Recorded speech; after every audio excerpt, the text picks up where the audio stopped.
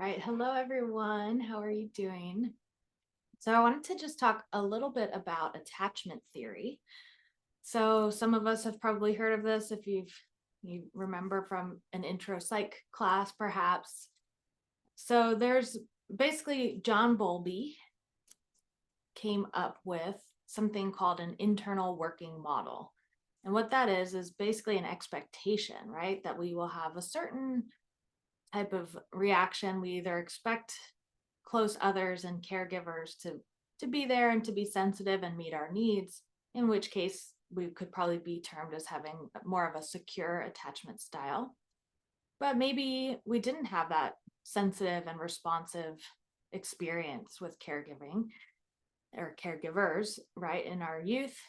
And those developmental experiences then would potentially point us more toward the direction of different attachment style, which could be anxious attachment, um, where you are really kind of having that dysregulation. So we have anxious and avoidant attachment. Again, you've probably heard of both, and they express themselves a little bit differently. But the interesting thing, I think, for my work is that really both of those are experienced as dysregulation in the nervous system, right? That feeling that if or when I reach out, right, that maybe that person or that my needs really won't be met. And so that's, we have that can express a little bit differently, right, based on certain experiences and also perhaps psychobiological reactivity in the nervous system, right? So some people will go more toward an anxious attachment style where we're really making a lot of attempts to gain the attention, the affection, validation of a close other. And then other folks might go more toward an avoidance style, right? Where it looks like they're independent and really doing okay. But that's also actually really an expression of just a lack of belief that if they did make any attempts, right, then they already kind of know that maybe that person or people that they're wanting that attention from wouldn't be responsive. So, in a sense, they've kind of learned not to bother. So, if you remember Marty Seligman's work with the dogs and the learned helplessness experiments, um, pretty sad way to come to that information. But, that avoidant attachment style can be a little bit like a learned helplessness, right? So, you don't even really make that attempt. So what I think is really interesting, of course, again for our purposes, is that biology is not destiny, and those initial developmental experiences, while certainly formative, do not have to dictate our experience moving forward. However, because we do develop that internal working model, that can be really pervasive, right? That's a lens on our perception, and we carry that forward from our early experiences into adult friendships, romantic relationships, and workplace interactions. So, certainly warrants, right, some attention to first understanding and kind of identifying maybe what our own attachment style is. And of course, we know that you could be predominantly one style or the other. We also do have a disorganized attachment classification where you sort of might go back and forth between different situations. And we also know that folks can have a different attachment for different people in their lives, right? So you might be secure maybe with one person, and then somebody else might elicit a different response because these interactions, they're always bi-directional and reciprocal. So we're always kind of revising our experience. However, of course, when we have that automatic reaction, what can really happen is that we might even filter information. So we're not really allowing that information to enter our consciousness. So in the case of anxious attachment, for example, the sense of, that our needs won't be met, that a person really isn't responsive, can kind of crowd out that information to the contrary, that maybe somebody really is making an attempt to reach out. So that's why I think it's so important, again, for us to really identify and understand our own attachment, and then kind of become a little bit conversant in, what that looks like for us in particular, and then for others in general. So of course we can start to relate to others who might have those similar experiences. And then most importantly, for those of us who really champion and believe in neuroplasticity, right? We can change, so those experiences don't have to continue to dictate and color our experience moving forward. So the real key piece here is, how can we first, again, become aware? So doing that psychoeducation, that research on our own, or by taking a course, right, in attachment theory, which is a wonderful thing to do if you have that opportunity. And then once we have that knowledge and we really see how it can be expressed, and we've also seen how attachment really is related to, it can be related to substance use, right? Because we're seeking these solutions for that dysregulated state, right? That uncomfortable feeling of, not quite being able to connect on a level that we might want to or need to connect on. So, with that being said, I think what would be really wonderful is to just do a little bit of a practice and um, think about how we can start to allow more presence into our daily experience.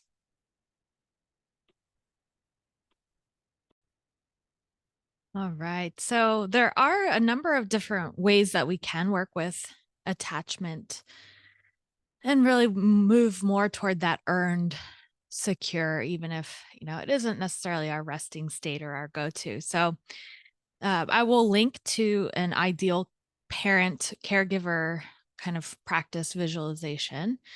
But in this session, I thought maybe let's just work on developing that awareness, right? Because sometimes we might not even think about, how we're interacting, or really pause to allow ourselves to become present with how we're thinking, and really whether those thoughts are based in reality or not. So kind of a next level of really cultivating awareness, and then determining if that way of thinking is really helpful and realistic, or if maybe we want to kind of move to a new way of relating, right? So we'll just take about 5 minutes here, and this will be just our time to develop that sense of safety and cultivate the faculty of attention within our own systems. I hope you enjoy.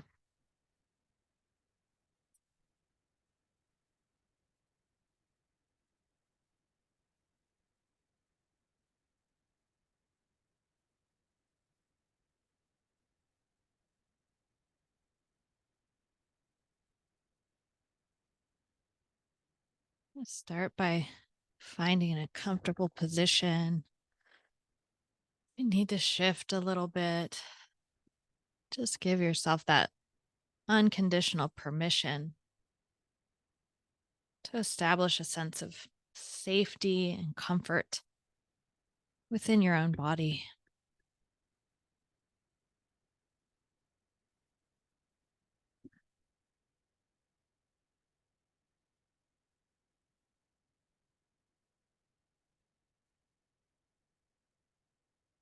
And then from this solid foundation, just start to sink into whatever part of the body feels solid, and grounded, and supported.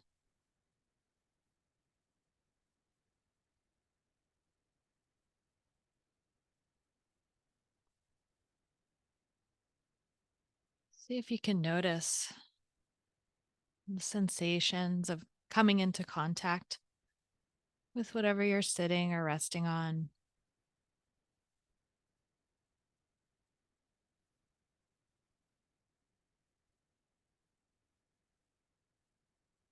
Really making a conscious effort to sense into that support.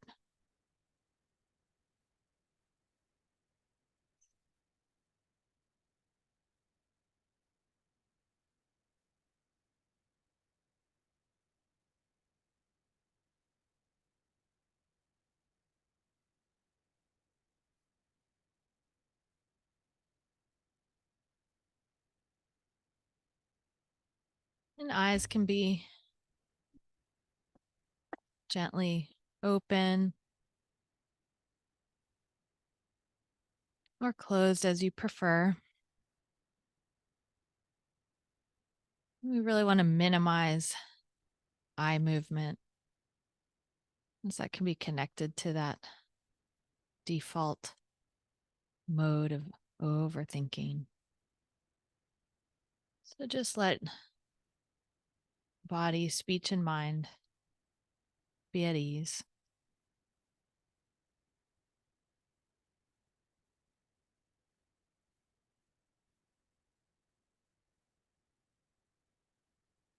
And from this place of groundedness, bring your attention to sensations of breath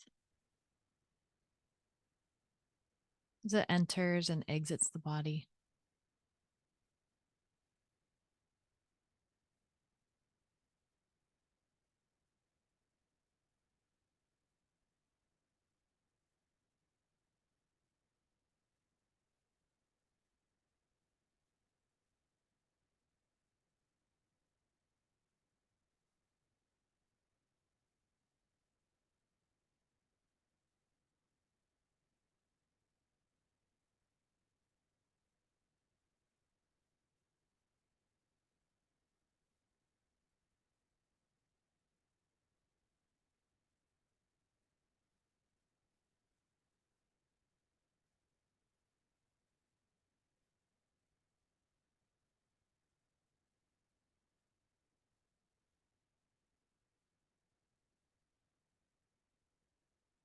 Allowing the belly to be loose and relaxed.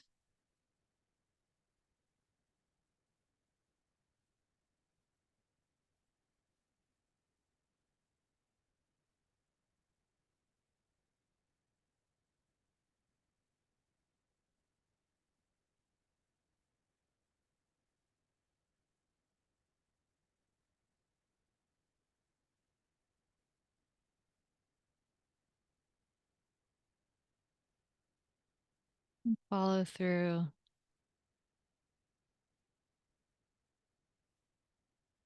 the whole body of the breath, maintaining conscious awareness of this sometimes automatic process.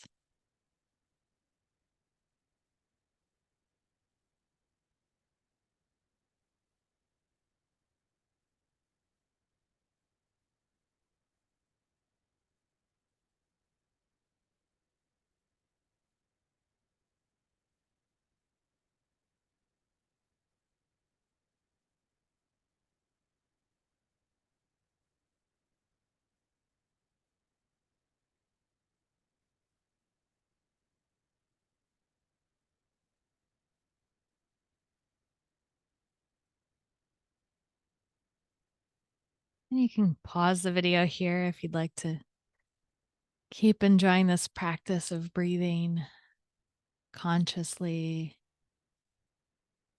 allowing sense of peace and ease to enter the nervous system.